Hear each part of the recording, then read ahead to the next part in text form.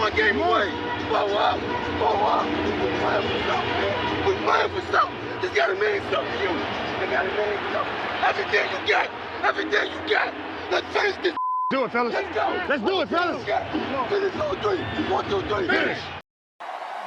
Hey, I got some wise words for that Cincinnati mayor. Know your role and shut your mouth, you jabroni. You gotta fight for your right to party! You ready to make history? Come on now. Yeah. You know, there's these two words. And when I say them, people get goosebumps because they know what happens next. So without further ado, free smoke.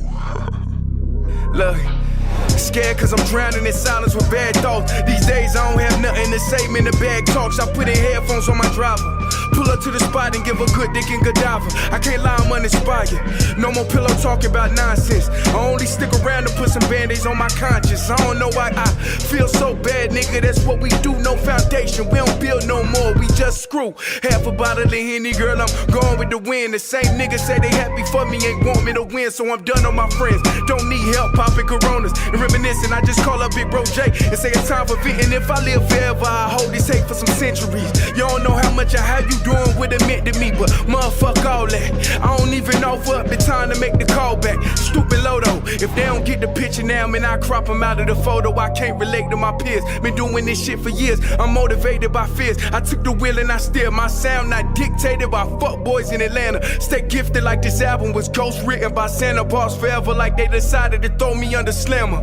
Every song's a hit like they picture me underhanders. I could drop a million songs, but they never gon' understand us. Soapbox sermons for niggas never giving chances. Fight our whole lives to get these weak ass advances. Work twice as hard for the shit that they getting handed. And this ain't even nothing we chose, nigga, we branded. Still can't tell why all of these niggas mad at me. I'm trying to get 100 so I can put my team on salary. Give it all to the art, man, I turn my life to a gallery. Man, damn, what a fucked up masterpiece. 1,100 shots and I swear, man, I felt them all. If we ain't even good on our blocks, man, who can we call? Pre-decline state of mind, we broke crabs in the barrel. Got us fighting our folk, man, this shit just a life of peril. Well, Dak, here's the deal. I'm the best there is, plain and simple. I mean, I wake up in the morning, I piss excellence, and nobody can hang with my stuff. You know, I'm just a big, hairy American winning machine. If you ain't first, you're last. Yep. Yo, before we get into the meat and potatoes of the show today, I just gotta say something, bro. And you know what? This could be hating. But I just gotta say something, man. The roster, you know how much I go at ESPN because I be I be thinking they have a lot of bad analysts over there. I don't know how I let FS1 always slip through the cracks. You know what I'm saying? Like, yo, on me, that might be the worst sports network out right now. And it's a lot of bad sports shows out right now. Like, it's a lot of bad sports podcasts out right now. It's a lot of bad sports shows on YouTube right now. It's a lot of that going on. A lot of them people ain't getting paid. And some of them are getting paid a lot of money. A lot of them not getting paid the money that some of these analysts get paid to sit on FS1 and be terrible at their jobs, bro. I got no problem with Colin Cowherd. I done told y'all multiple times. I actually kind of like Colin. I do think he done become worse over the last couple years. I think he said a lot of just ridiculous shit. I think as far as NFL talk, he done become a better NBA talker than NFL talker, but that's just me. Jason McIntyre has always been, he kind of like the Bret Hart type moniker. What's Bret Hart's thing? I can't even remember right now because I'm not a Bret Hart fan. The best there is, the best there was, and the best there ever will be. This man, Jason McIntyre, is the worst there was, the worst there is, and the worst probably there will ever be. But he can't hold that crown alone. But this dude was bad when he was over at ESPN. He worse at FS1. And somehow, of all the people that's done sat in that chair across from Colin, I haven't enjoyed many of them. Joy Taylor is, she goated. But one of the worst, if not the worst, to sit across from him is Jason McIntyre, bro. I just sat and watched this dude. And I don't know why I watch these shows sometimes. But watching these dudes talk about how right or wrong they are, rather than telling you why they were wrong and educating you as to why they were right or wrong, it just don't make sense. They just so quick to, oh, I was right. And they want to attack people who attack them for being wrong. But that happens when your show is not educating on football, on any type of sport. Your show is an ego type of show. Oh, I got all these sources. I could give you this information first. What I'm saying to you is better than what everybody else is saying to you. When I tell you something is wrong or right, is you got to lay it down as gospel. That's what you base your show around. So you can't get mad when fans start to go at you and say, well, you got that wrong. You got that wrong. You got that wrong. Because that's ultimately what these goofball shows turn into. Because when you ride this hype train of shit that everybody else can clearly see, you just feel like you more right than everybody else. Then you start to develop this thing that Nick Wright got, a God type complex, where you think everything you say is gospel, even though a lot of what you say is bias and hating. It makes no sense. When you become so obsessed in a player that you disrespect every other player, like a Nick Wright.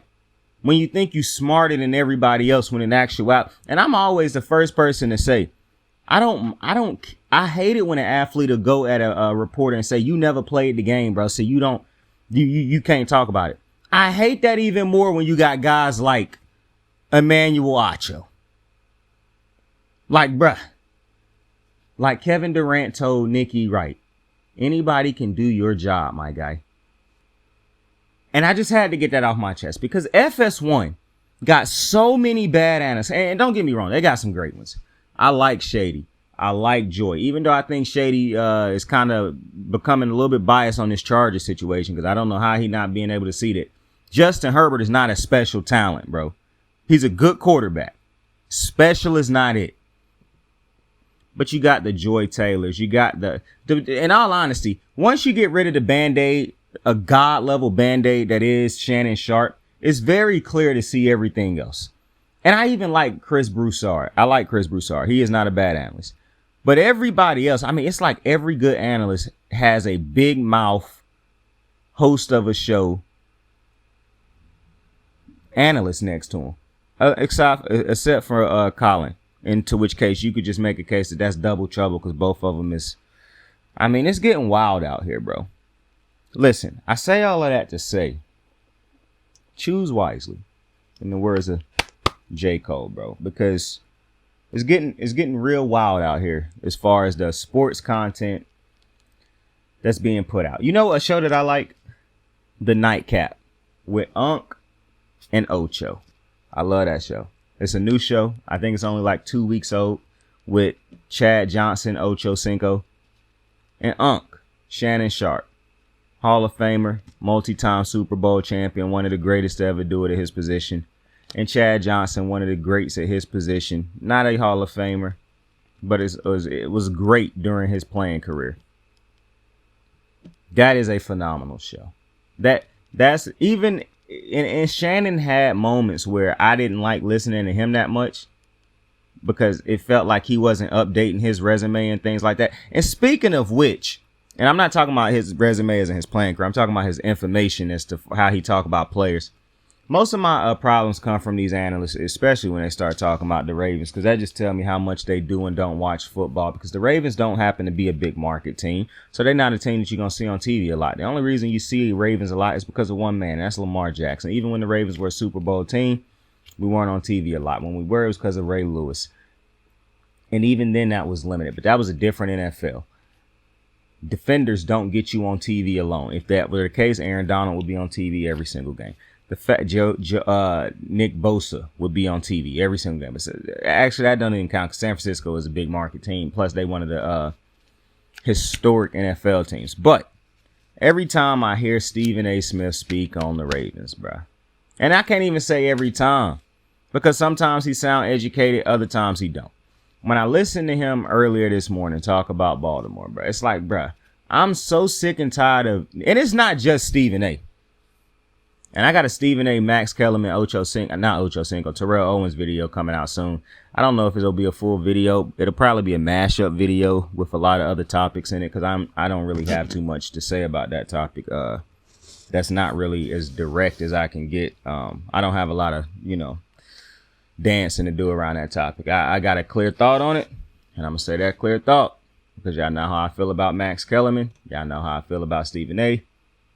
And while I love T.O. as a player, you about to find out how I feel about some of his antics or some of the things he done said off the field as well. But one thing gonna remain after everything I say in that video, Max Kellerman is still gonna remain a trash ass analyst, bro. Like, y'all never gonna change my opinion on that. Like, I think it's hilarious that y'all hate Stephen A so much that y'all want to say Max Kellerman is some god level analyst, when in actuality that is nowhere near the case. He the same dude that said Tom Brady was falling off of a cliff, instead of looking at the things that were around Tom Brady and saying to himself, maybe other guys get paid to do a job also. Maybe teams are so far and away more talented than this Patriot team that it's no longer just a Tom Brady can make a difference type of thing. Not a big enough difference to where the Patriots can make up that gap. But y'all let him rock on that. He the same dude who constantly questioning Steph Curry's legacy. He questioned really any NBA player's legacy that he feels like. He the one who always turned one game for a player into their whole career. But yes, sure. Keep putting on a cape for Max Kellerman because you feel like Stephen A. Smith being honest is going at Max Kellerman. It makes no sense. But nonetheless, I'm getting sick and tired of analysts using old narratives that were never true in the first place, or some that were true that are no longer true now, to continue to use those old narratives as if they are new information, as if it's new things to talk about, when in actuality they aren't. Lamar Jackson has been able to pass from the pocket for a while now. I saw somebody yesterday say, and I think it was Devin McCourty, and I love Devin McCourty, but the inaccuracy in saying Lamar Jackson's MVP, unanimous MVP season for one, that's not luck, because there was a lot of players that year having great years. Pat Mahomes was having a great year. Russell Wilson was having a great year.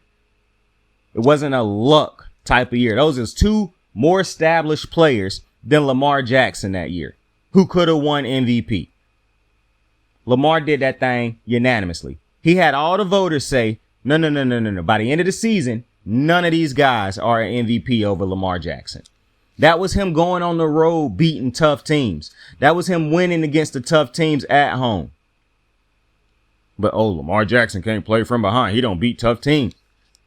It's very funny that I heard McCourty say last night that, we saw Lamar Jackson in the threat of the run and yada, yada, yada. Lamar Jackson led the league in touchdown passes that year with either 35 or 36, I believe. I'm sure he had over 40 to 50 total. I'm pretty sure it was somewhere in that 40 range, but it could have hit 50 total touchdowns he was responsible for. What are we talking about right now? We are now diminishing Lamar Jackson's unanimous MVP season because we simply did not watch it.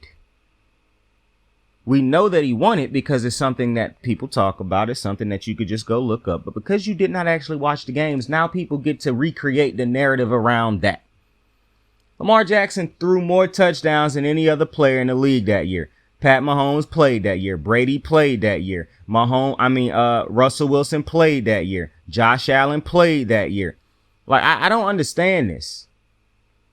So I'm sick and tired of hearing these old narratives constantly be used because you don't hear them. I said this before. Joe Burrow missed throw after throw in multiple games, as does Josh Allen, as does Pat Mahomes. But you don't see, after they win a game, you don't see the analysts say, well, he had a great game, but he did miss some throws in this game. You don't see that. Around the NFL, first thing you want to talk about, they want to say, Lamar Jackson had a good game. He did miss some throws in this game. Like, bro, what are we doing? The ones who never did it couldn't do it. It's more critical than the people who actually did it. Like, I don't get it. And at the end of the day, you keep telling me it's about a win, but Lamar Jackson got to win a certain type of way for people to care. It makes no sense to me. It's the same thing I heard last week when an anonymous GM came out and said, I don't think Lamar Jackson is as explosive anymore. What? So with Joe Burrow, because excuse after excuse after excuse is all you're going to get. For Trevor Lawrence, not Trevor Lawrence, but I could use Trevor Lawrence right now. But what the dude over there, Herbert, why I don't hear the same narrative around them? Lamar Jackson got his contract. People say he didn't deserve it. Oh, we don't know if he worth it. You thought Herbert and Burrow were immediately worth it. I cannot imagine if Lamar Jackson had started 0-2 this season and Joe Burrow and Herbert had started 2-0. I can't imagine how you would be talking about him right now. But because your two white knights are 0-2, you're going to find every excuse in the book to blame something else. For Joe Burrow, he injuries, calf. If that were Lamar Jackson in BC, he's injury prone. He doesn't deserve that contract. It's amazing how unbelievably racist the media is. And people just act like it's not going on. And the real problem is not even that sports media is racist. It's not that the white people who get the most of the TV time is racist. That's why I got a problem with so many people who got a problem with Stephen A. being the star that he is. Because you don't have a problem with the three white dudes that's sitting around the NFL. You don't got a problem with the white dudes that's sitting on all these Fox sets. You don't got a problem with the white dudes and the white women sitting around on NFL sets and on ESPN sets and on FS1 sets and on all these other sets. But you got a problem with Stephen A. sitting on a set. And you got a problem when he says something outlandish. But you don't got a problem with all these other white people sitting on set saying outlandish shit on a routine basis for decades. You should want the NFL media to talk and analysts to talk about every single player the same. Not the same as in, no. I'm not talking about we talk about them exact. I'm talking about the criteria of which you judge a quarterback and talk about a quarterback should be the same for all of them. If you're going to nitpick every fucking thing Lamar Jackson do good and bad in his game, then I want to see that same shit done for Joe Burrow, Josh Allen, Justin Herbert, and all the white knights that y'all love so very much, who happen to have talent all around them. But they're 0-2 right now. It's very interesting to me. And for Lamar Jackson, it was so easy for analysts to hop on radio stations, to hop on TV, to hop on podcasts and say, I just don't think Lamar Jackson got it, this and that and this and that. And you look at the talent that he done been surrounded with. Could you imagine if Lamar Jackson started season 0-2 right now with the talent that Joe Burrow got at his disposal? Could you imagine if he started 0-2 with the talent that Justin Herbert has at his disposal? Could you imagine if he started season 1-1, lost to a Jets team, if he had Stephon Diggs at his disposal?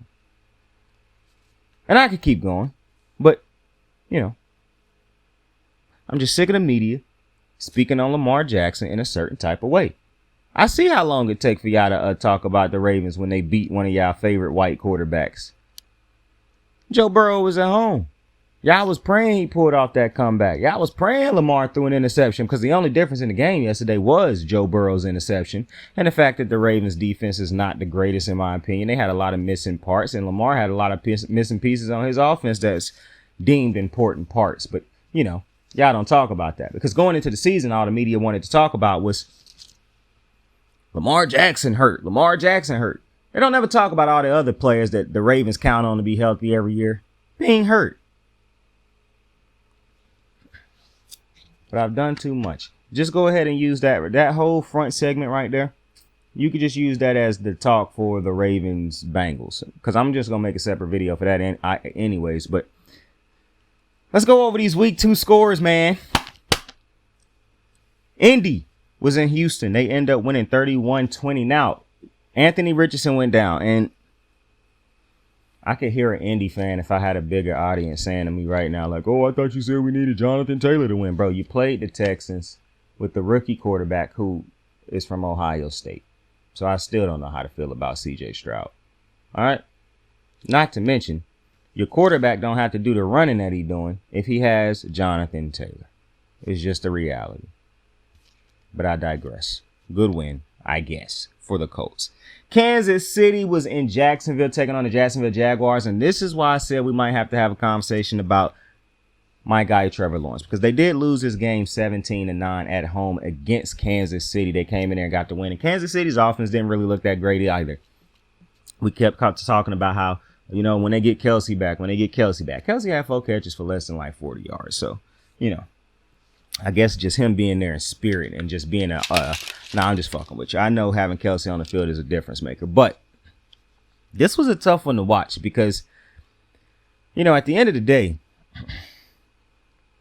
it's a shame what they about to do to Patrick Mahomes. Now, they did reconstruct his contract a couple minutes before I went live to, well, not went live, but before I started recording. They reconstructed his contract.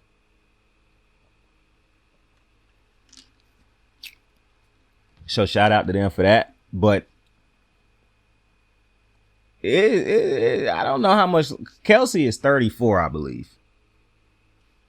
I don't know how long you're going to keep relying on Kelsey to be the number one target, bro. Just naturally, that's just not going to happen. So, at the end of the day, if Kelsey lose his magic, what you asking Pat Mahomes to go out there and do on a routine basis is just ridiculous. Because even some of the worst defenses will be able to find ways to stop Pat Mahomes in that offense. Because it's not a lot to work with for Pat Mahomes in that offense. I like Isaiah Pacheco, but he is not as consistent as a top-tier running back. That's a team that could really use a Jonathan Taylor, but they would not pay him. So that is, ignore me even saying that. But listen, before I even continue with the Chiefs, though, let me go ahead and hop on Jacksonville because the Chiefs still won the game. All right, I'm just being a realist. I'm not like these goofball analysts who get on TV and feel like because the team won, I'm obligated to talk good about them. No, bro. People want you to educate them. And if you educated people and fans on their team more, it wouldn't be this expectation that every time we win, you have to speak good on us. It's after every win, just be honest. Tell us what you really saw. Don't speak from a biased standpoint. Don't speak from your heart. Speak from what you saw and what you feel like based off of that.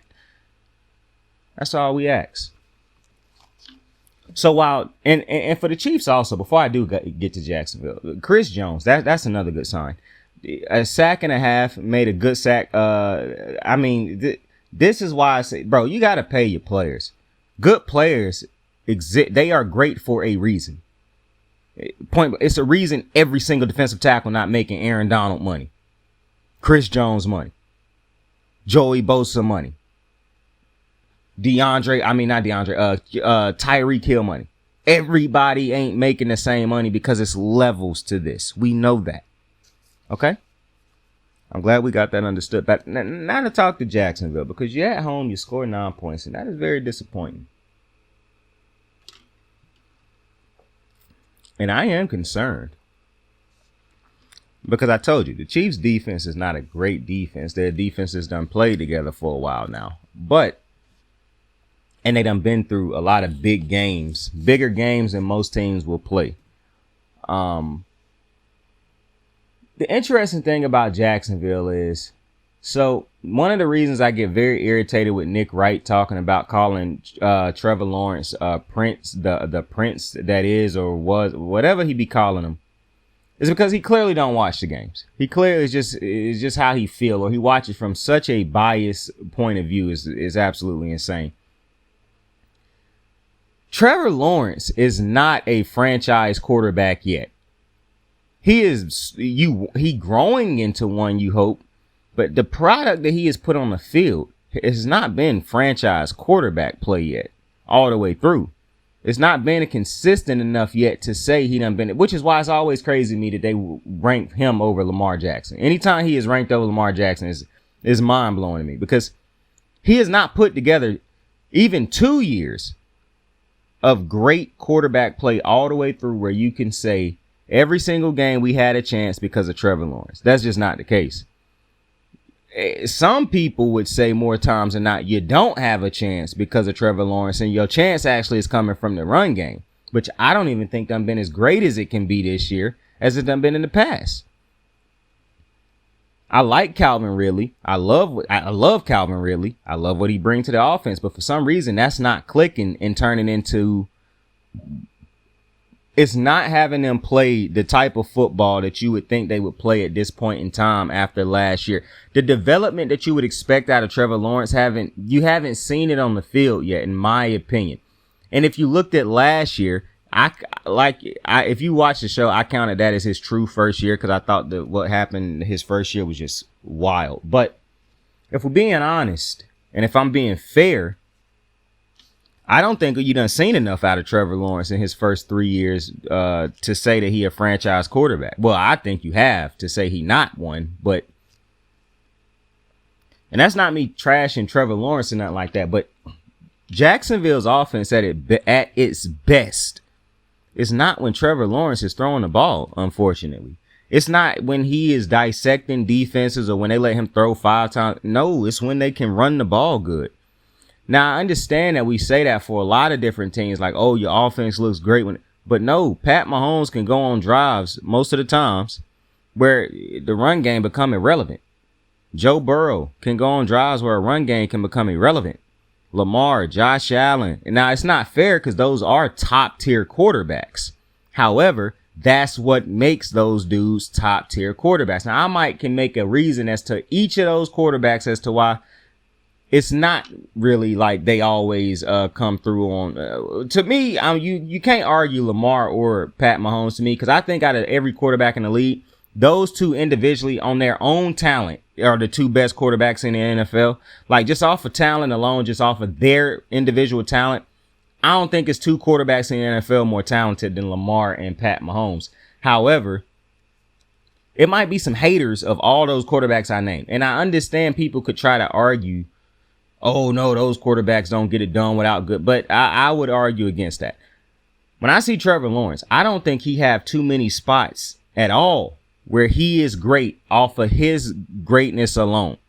I don't think he done shown that yet. I think for the most part, him at his best is when Travis Etienne or somebody is in the backfield running the ball great, when it's a great mix of run and pass. I don't think you can tell him, hey, on a constant basis, take the ball, just decide what you want to do on your own. And that's probably the biggest thing, more so than just having him throw it a lot. It's because you can have Justin Herbert throw it a lot, and I don't think he a franchise quarterback right now. Well, I think he a franchise quarterback. I just think he going to turn into a Phillip Rivers type of franchise quarterback. But nonetheless, I don't think right now Trevor Lawrence is where you...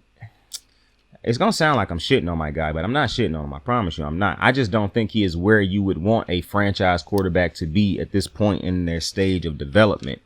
But that's just me. You know what I'm saying? I still like Trevor Lawrence. I still think it's a long year. He's still got a lot of time to grow. But I do think this year have to turn into a year where Trevor Lawrence grow more as a quarterback, where you can put it on Trevor Lawrence and say, go win us this game.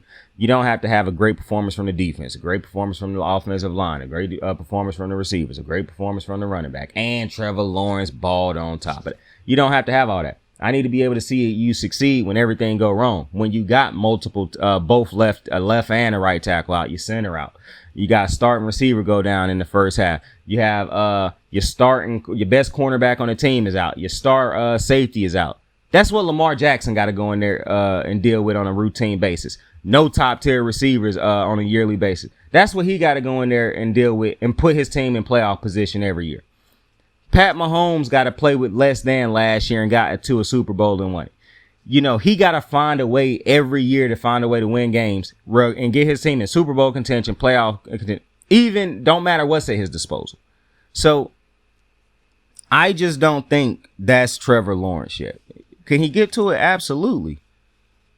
But I'm just making mention. I haven't seen that yet. Now, as going back to the Kansas City Chiefs for a quick second, and I'm spending more time on this game than I actually wanted to spend on it, but I actually watched a lot of it. Because it was a tough watch for a while. I had to stop watching. Let me tell y'all something.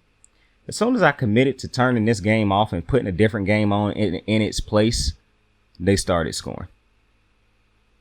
I just want to put that out there.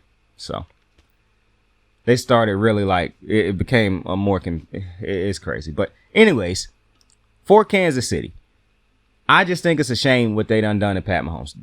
If you ain't gonna, bro, if you weren't going to pay all these dudes they value, bro, you could have gave Tyreek what he was asking for.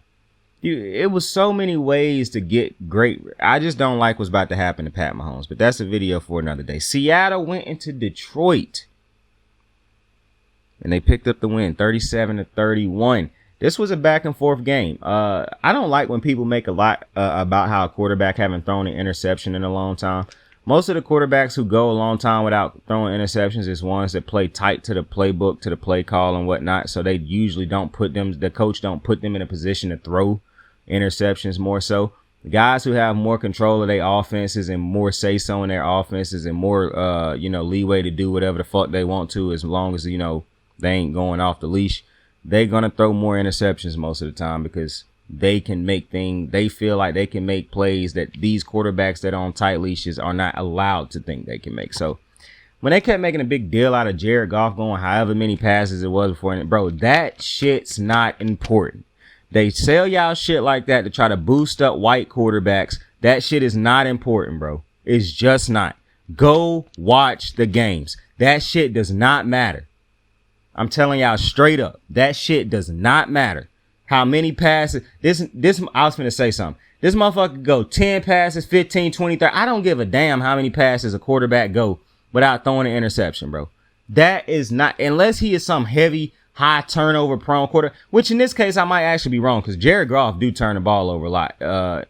He was up there with Josh Allen. But in most cases, I just want y'all to know that stat does not matter. They use stats like that to make quarterbacks they like look better. Okay? Now that we got that over with, the offensive coordinator for the Detroit Lions should probably be the head coach. I'm going to just be honest with you. I'm more impressed with what he done these last 2 years than anything Dan Quinn done in his 3 years. I think he done been there. This dude, and I just forgot this man's name. I should have wrote it down. I said to myself, I'm going to write it down. But I was like, man, fuck that. I can remember it. And I forgot it. So I should have wrote it down. But I like Detroit's offensive coordinator. My problem with Detroit is, bro, you got to have a better pass rush when you having a shootout. Because Detroit got the capability to have a lot of shootouts this year, which is really strange because as much as I like Amon-Ra St. Brown, the Sun God, I don't think he had won yet. So that's very interesting. And it's very interesting. But the Lions offense is good. Jared Goff is a good quarterback. He's not I tell you all the time, he got a limit. He do have a ceiling, and I'm always going to tell you that. But Jared Goff is a good quarterback, and he can throw the ball. I always told you, it's not a problem with Jared Goff's arm. It's the mental thing and all the other things. But Jared Goff got a decent arm. The problem is this defense. Detroit, see, this is why I said I don't care what Detroit did defensively against Kansas City. I'm not stupid enough to not see the hype that's around Detroit, to not say to myself, bruh, it's going to be easier for a defense to stop a Pat Mahomes that ain't got nothing at his disposal to work with right now. And the receivers that he is hitting keep dropping balls. That's so very clearly not a defense playing great, but that's more on Kansas City than Detroit. That's not me taking away nothing from Detroit. That's me making a so very clear observation that Detroit's defense didn't have to play Super Bowl defense to win that game. That's when the media let their affection for Pat Mahomes and big name Pat Mahomes. I understand that. I love Pat Mahomes more than y'all do. However, the man don't got Travis Kelce. He don't have Chris Jones out there on the defensive side of the ball. He don't have a Tyreek Hill. Sure, you get excited because some of these tight ends is making catches, but these are not game-changing players like a Travis Kelce. These aren't game-changing receivers like a Tyreek Hill. You survived last year because you had Travis. Now you have none of that. And you're asking Mahomes, just because he done played with dudes before, to still go out there and turn them into what those guys are, game changers. And that's just not how that works on a game-to-game basis. Because of that, I was not fooled by Detroit's defense. This is exactly what I expected. Geno damn near having a perfect type game, balling out. Shout out to Tyler Lockett, who basically been a dude who this was a great weekend for guys who I've been supporting since the start of the show's inception. Tyler Lockett been a guy who I told y'all about from the start of this show. My man had the walk-off touchdown yesterday, but shout out to Geno. It's lovely to have a quarterback. And I was wrong about the Geno. I never dissed Geno. I was wrong about the Russell Wilson thing. Russell Wilson. Well, I don't know how wrong I was, because I wasn't wrong about how the relationship, but more so Seattle was right to move on from. It's not about me.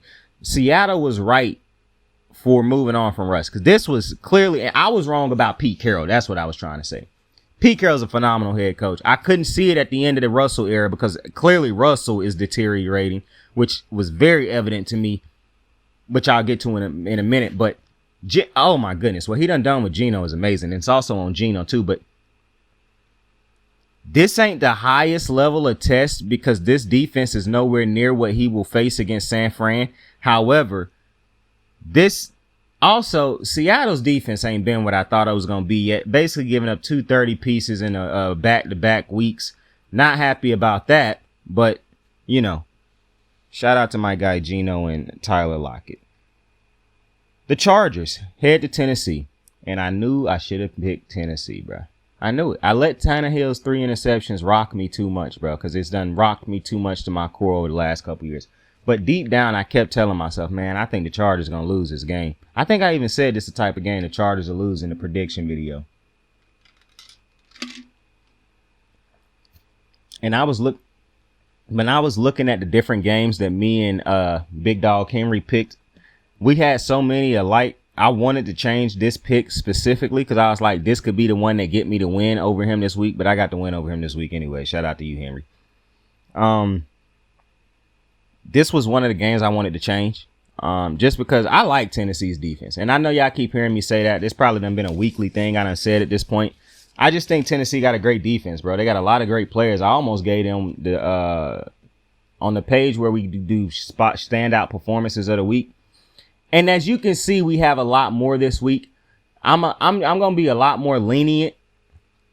You don't have to have super numbers to make the list. If I watch the game and I feel like you made a big, like Baker Mayfield's numbers look better than his game actually was. Like he played a better game than I think his numbers even showed. His numbers didn't look bad, but I think the game that Baker Mayfield played was a great game. And some of the receiver numbers always look a lot less than when you don't have touchdowns attached to it, but that's just how the NFL works. CeeDee Lamb balled out. But I'm being more lenient, bro. I am. I want more guys to be on that list. I saw the list last week and I kept saying to myself, man, I feel like more people should be on this list. And that's without the guys who play late in the week before I do the show or after I do the show. But I had to put more people on the list. So if you're one of those people who like, oh, man, this dude should have made the list. It's just that, no, bro. A lot more people is making the list. It's hard to do what these dudes are going out there doing. I'm trying to think of Micah Parsons. Micah Parsons, and it was another guy. I'm trying to remember my man's name. About 3 different defenders had a Micah Parsons type of game this Sunday where they just filled up the stat sheet, bro. It was a dude on the Titans. Back to the Titans game. I love the Titans defense. They don't show up all the time, but it's a lot of good pieces on it. If the Titans wanted to rebuild, they could get rid of a lot of the pieces on the defensive side of the ball. They could sell high on defense. Aside from Kevin Byard, I don't think you could sell high on him no more. Even though I still think he's a great player, I don't think you can sell high on him no more. But like Jarrell Casey and some of these other Harold the Third, like you could sell high on some of these dudes on the Titans defense without a doubt. Like I think because the Titans is not a nationally televised game. Most of the time, people don't really know, and they don't got a lot of household name defenders, but they should. It's just they don't play in a big market. They don't have the quarterback that would have you understand or know. Like you wouldn't know Chris Jones if not for the fact that Pat Mahomes played on them more than likely because he played in Kansas City. Even if he had a great career, if the Titans had a shit ton of success on a yearly basis with a top tier quarterback who the cameras wanted to follow around, you would know a lot of the defenders on this team. Period. But of course the Chargers end up losing this game because the Chargers ain't seen a close game they won't lose. Point blank period. I told you in the offseason, the biggest problem was not the offensive coordinator. And now you see, no. I told you that Kellen Moore was not going to be that much of a difference.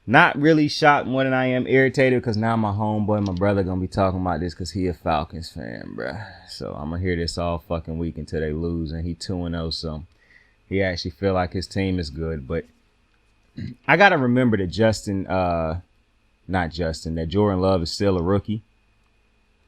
I gotta remember that. Matt LaFleur could have called a better game though, in my opinion. But it is tough when you don't have Aaron Jones, so I'm not gonna be too hard on that one. Baltimore went into Cincinnati and they won 27-24. The Giants went into Arizona and they picked up a 31-28 comeback from behind win. At one point in time, it looked like they was going to get their asses spanked again. I think they was down like 7-28 at one point in time in this game. But then Arizona remembered, we trying to get the number 1 pick in the draft. The Jets go into Dallas and they get stomped out 10-30. And the Jets might need to think about trying to lose out to get Caleb Williams in the draft, to be honest. And I just thought about that. But the Jets need to think about losing out because Aaron Rodgers old. You could have had Lamar Jackson. I'm going to keep reminding teams of that this year also. You could have had Lamar Jackson. But I continue. Washington somehow is 2-0 after going into Denver and winning 35-33. I got a lot to say about Russ. The show already done went on for we already at the 43-minute mark, so I'm not going to go too more in depth about too many more of these games. I'm going to save it for the show tonight when I do the Monday night breakdown. But I got a lot to say about Russ. And it's breaking my heart because I love Russ the man from what I see. But, Russ the quarterback. And don't think Sean Payton and nobody else getting us off. It's not just about Russ. Russ just the biggest name on the team. Miami, Sunday Night Football. They go into New England. They pick up the win 24-17. I knew it would be a competitive game. But Tyreek Hill is inevitable. Point blank, period. And the reason the game plan was never going to work for the Patriots, because when you play the type of game plan that you played, you have to understand that's only going to work against the defense for so long. And you got to stay perfect when you play like that. If you don't, the first turnover fuck it all up. On top of that, you don't have the necessary talent to keep that shit up, because you do that because of the lack of talent. When you try to play quick, throw quick passes, keep the defense off kilter, that's because you don't have reliable ones that you can go to when everything is set up nicely. So you play like that. And the Dolphins could play the way they played because they got talent littered throughout the team. At some point in time, the Patriots going to have to stop being cheap and decide to upgrade the talent on the offensive side of the ball, because I'll continue to say it. Mac Jones is not the biggest problem, nowhere near the problem with this team. And I really think the fact that some of these former Patriots continue to go at Mac Jones or ever went at Mac Jones shows you how big a dick sucking problems they are. Because if you watch these games thinking that Mac Jones is the problem, when that man got nothing out there basically to work with, then you are wild. And y'all really been sipping that Bill Belichick nutsack juice for too long. But I digress. The last game that I did not mention, and I specifically did not mention it because if we're going to get over the hour mark on this show, we might as well get it with the game that I watched the full entire game. And yeah, I watched a couple games, but this game played all the way through. All the other games, it was two other games was playing at the same time, but this one was playing with the sound on at all times. And that was Chicago taking on Tampa Bay. Because I told you, I got to watch Justin Fields real quick. Because I don't want to make, I just got to make sure what I'm telling people when I get on here is not incorrect information. Okay? I already know I'm not no hater. But I just got to make sure what I'm saying is valid, bro. Like, I don't want to be saying shit and what I'm saying is just simply not true. But I ain't told y'all a lie yet. Chicago lose 17-27. And when it come to this Justin Fields situation, bro, what I told you last year is the same thing I'm telling you this year. This is not a franchise quarterback. I told y'all, and it's so funny that these two teams played because I kept saying I would take Baker Mayfield right now over Justin Fields. And I kept saying it, like, and I remember saying it on the last episode. And coincidentally enough, this game showed you exactly why. Baker Mayfield is not special. If you look at him in this game against Justin Fields, you would have thought he was the second coming of Peyton Manning or some shit. Because that's how bad Justin Fields is. I don't know how long you can continue to blame the offensive coordinator, the receivers, the running backs, the coach, the team, the Bears history, Ohio State quarterback. I don't know how long we can keep blaming everybody but Justin Fields. But at the end of the day, I'll go through the list of things that is a problem with Justin Fields that I continue to go through every time I talk about him. He does not see the field good at all. Like, at all. And when I say at all, I mean the only times he see the field good is when somebody is sprinting wide the fuck open. Go look at the highlights. Every time somebody open, damn near he hit him. Or he see it. But he don't throw nobody open. He don't throw with any type of anticipation. He don't throw the spots because he don't have a understanding of how to put a ball in a spot for a receiver to go get it. Because to him, you have to be at that spot open already for him to go there. He do not throw dudes, hit dudes when they are in stride. Most of all his hits come from when a dude is wide open and when he throwing a screen or something like that. So a dude got to stop, get it, and then boom. So you eliminate those type of elements from the game or those type of plays to like throwing. He do throw a lot of slants, but even then dudes stop a lot on his slants to catch him because he don't put it to him in stride where you would need to put it. He can't read defensive coverages, meaning when he go to the line, it's usually not him audibling because of something he see. It's usually him either checking into a run because he don't like what he see and it's confusing him, or you take a pick at what else, because it's so very clear from watching Justin Fields right now. He do not read defenses. He can't read defenses at all. Whatever he is seeing out there, he is not seeing well at all. It's so very clear, especially when you consider when a defense finally eliminate the run game from the Bears, he immediately throw interceptions. Almost in routine. Like, it don't take him no time. As soon as you say, what people tried to tell you Lamar Jackson was, or ever was, is everything Justin Fields is. And I hate to say that because they done said some harsh shit about Lamar Jackson. But I'm telling you what he is in a less harsh way. I'm just being as blunt with you as possible. This ain't a franchise quarterback. And I told you in the offseason, Justin Fields is so far behind where you would think an NFL quarterback should be. For him to get up to where you would think an NFL rookie should be, I think it would take a couple years that the Bears don't have. Specifically because you got to pay him at some point in time or choose not to. People keep talking about his offensive line. I don't think his offensive line is the problem. I don't think his receivers is the problem. I don't think his run game is the problem. But I told y'all last year I didn't think those were problems. Justin Fields hold on to the ball far too long. Far too long. There's two other quarterbacks who hold on to the ball for a long time. Go watch the tape. Russell Wilson and Deshaun Watson. He about damn near as bad as both of them two when it come to holding on to the ball. When you don't see a defense good already, that's what holding on to the ball. I mean, that's what happened. You hold on to the ball too long at times. This is even worse. Because it's multiple dudes running open on some of these plays. NFL open. It's multiple dudes who he could throw open on some of these plays. If you go look at some, and I say this every week, they done dumbed down the offense for Justin Fields so far. Like, it's been so dumbed down to where defenses can pick it up after like the second quarter. It's not going to take long for a deep. Now go look at how simple defensive coverages become when they play against the Bears. It's almost comical to see what defenses will run once they realize how to stop the Bears. And it's not even like they realize how to stop them. They realize what Justin Fields cannot do to them. And then that's why every time he play the Packers, he throw a couple picks. Because a team with a phenomenal secondary will never have a problem, unless he is not going to have a problem no time soon with Justin Fields. Because as long as the linebackers take away the short screen plays, the short plays where people can run after the catch and take away Justin Fields running, it's nothing left for Chicago to do. One of the saddest things Chicago do right now is run the ball even when they know it don't have a chance of getting them back in the game. They just say, man, we have to because we cannot.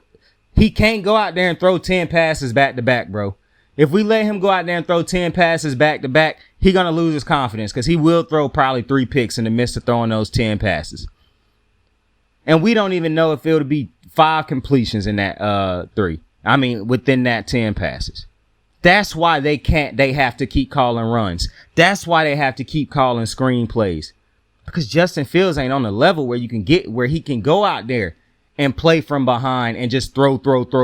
You don't think it's kind of weird how they play when they from behind by so many points?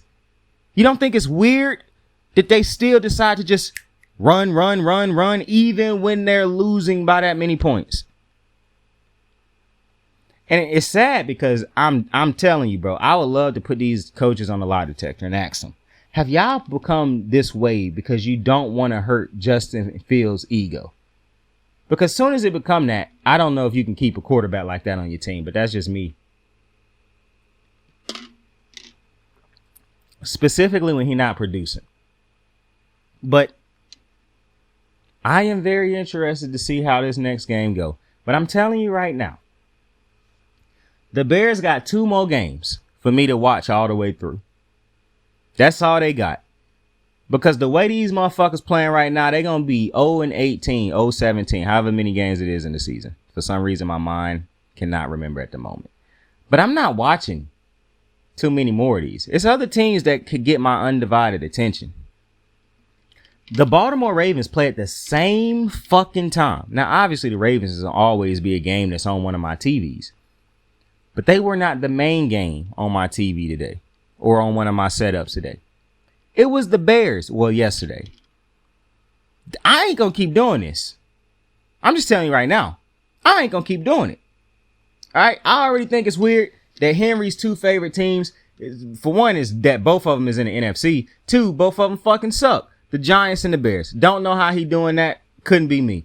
However, I ain't Henry. I ain't going to keep watching these sorry motherfuckers play on a weekly basis, hoping for better.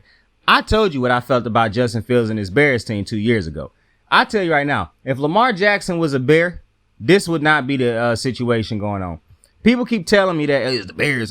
It's not the Bears, bro. It's so very clear Justin Fields is not a good quarterback. And I hate saying this because it sounds like I'm hating, but I'm not hating on Justin Fields. I just clearly see this is why I was so adamant that the Bears was making a mistake trading away that first pick in the draft.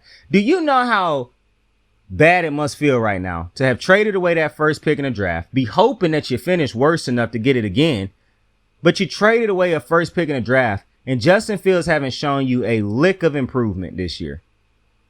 Some would say he looked worse this year than he did last year.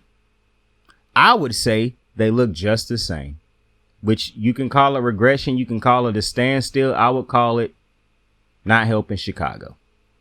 So I feel more strongly now than I did then, even though my conviction at then was as strong as it could possibly be, that there was a bad move to trade away that first pick in the draft. They did it anyway, willy-nilly, for a receiver that ain't never been a number 1 receiver.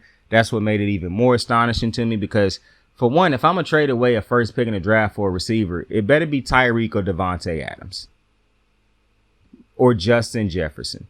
For it to have been, I just think the Bears, if you want to talk about Bears, that's the Bears decision that was just dumb. Getting Trubisky over Deshaun Watson, that's a Bears decision. This Bears decision is not too much more on the Bears than it is Justin Fields just ain't developing the way you need a quarterback to develop. And when I say not developing, I'm not talking about the incremental growth is just staggeringly slow. What I'm talking about is I don't see growth on a week-to-week, year-to-year basis at all. Last year, what I saw was them move to the run to survive, and that moved them to 11 L's in a row. So was that surviving? I don't know. But listen, Chicago going to be in the market for a quarterback. They was in the market for a quarterback last year, and somehow a dude who don't work for the NFL in no capacity could see it. But dudes that's around Justin Fields every day couldn't. Which is why I'm asking myself, were they just scared to hurt his feelings? Were they scared to strike out on a quarterback publicly once again after Trubisky? I don't know. But I know a team that want to win don't care about a public perception when they're trying to win. Because they're so focused and honed in on winning that nothing else matters. They just trying to figure out how to get to that dub. You don't care about the critics and what critics say. You just care about getting to a win. And a winning organization, in my opinion, would have realized very swiftly Justin Fields is not a franchise quarterback, which is why it was stunning. All the MVP talk conversations I was hearing in the offseason.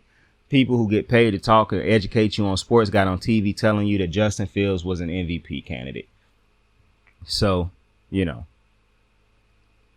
I don't even know what to make of it. It's like I said at the time, what film is these dudes watching that would convince them that Justin Fields was an MVP quarterback in the offseason?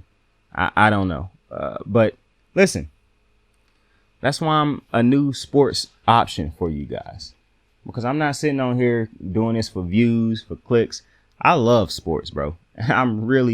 I think what I could be in this sports world is unbelievable. And I could bring back the purity, the realness in sports. People actually watch sports because they want to be educated, bro.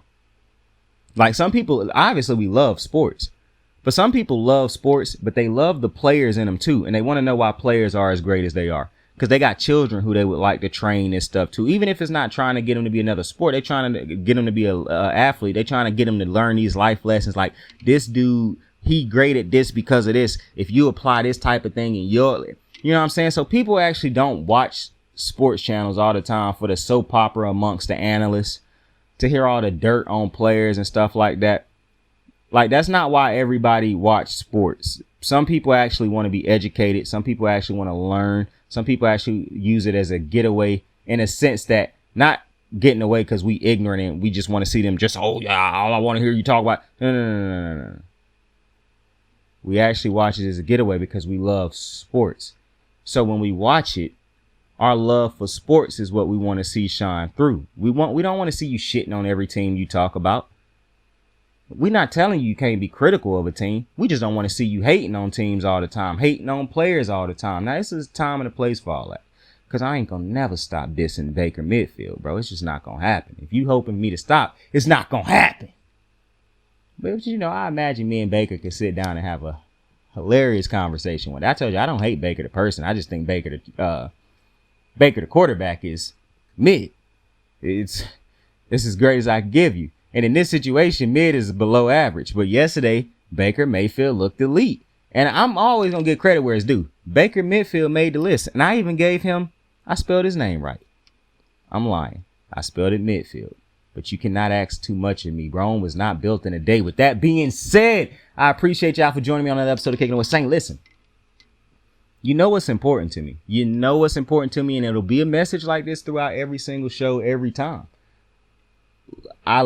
Saint, love. And love is an important thing in this life. I done seen love build people back up from their lowest point. So I understand the power that love can have in this everyday life. And it is important to me that you go out there and love those who love you. I'm not going out there telling you to just love everybody. But I'm telling you right now, it's people out there who love the fuck out of you. So go love the fuck out of them back. And Saint gonna really appreciate that. That shit kind of rhyme, but like, subscribe, share, because I truly do appreciate it. You could be anywhere in the world, but you chose to be here with me tonight. I got a good comment from somebody earlier today on a video that wasn't even one of my videos. I commented on another video, and somebody left under my comment. It was like, I agree with you, and you make dope videos. And I was like, bruh, I appreciate that so much. So I appreciate the continued support. Keep helping the channel out. Keep subscribing. Keep liking. Keep sharing. Y'all are as big a part of this growing sports channel, sports world. We trying to become an empire, and it's gonna have a lot to do with the growth. With the fans. So I appreciate every single one of you. You could have been a fan of anything. You chose to be a fan of mine and support me, and you'll never understand how much I appreciate that. So with that being said, once again, tell somebody you fuck with them. Tell somebody you love them. Sign out. I got the moves like hot sauce. Lil' mama taking the top off. I'm laying down getting topped off. After this, you know she getting knocked off. I know she loving the money, so I keep on thumbing and thumbing. She say she horny when she taking shots, so I keep them coming and coming. Now I'm putting dick in her tummy, scoop her up like I'm raking her something. You would think shawty red track, the way that she running and running. You getting dumber and dumber. You out here chasing the bone. After she finished from giving me dome, the Uber is taking her home. Tight.